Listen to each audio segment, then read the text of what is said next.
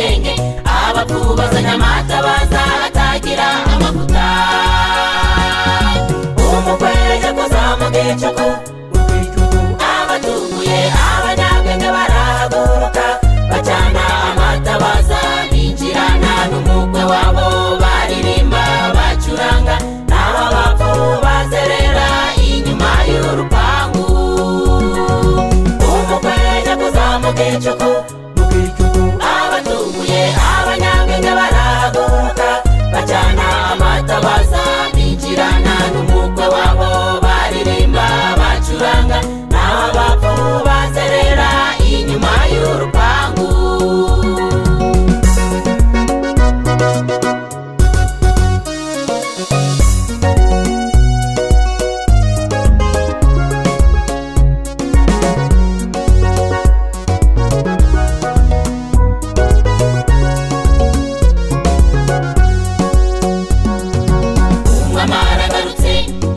Turamutegereje azasanga hari imigabane ibiri, hari bamwe bazamuhunga babonye ubwiza bwe butavugwa, abera bo bamwakire nk'abakobwa b'abanyabwenge.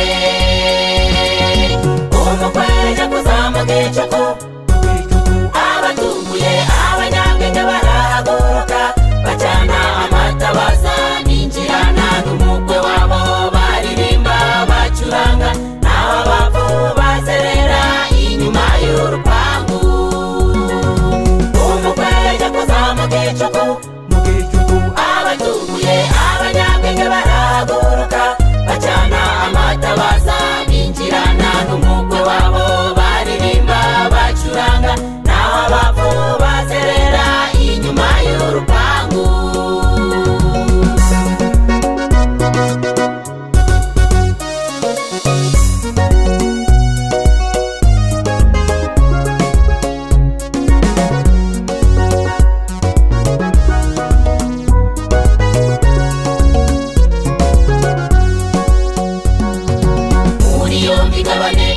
Uko ari biri inshuti yanjye, mbese urahita muhe uyu munsi?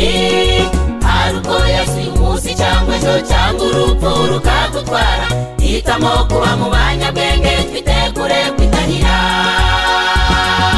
Umukwe yaje kuza mu gicuku, abatuye abanyabwenge barahaguruka bacana amatabaza, binjirana n'umukwe wabo baririmba bacuranga, naho abapfu bazerera inyuma y'urupangu.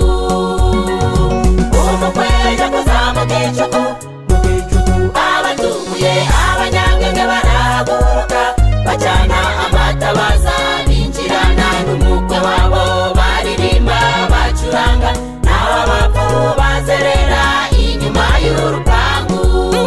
None banyabwenge muhore muri maso, twitegure gusanganira umwami wacu ugiye kuza. bagore muhore muri maso, Twitegure gusanganira umwami wacu ugiye kuza.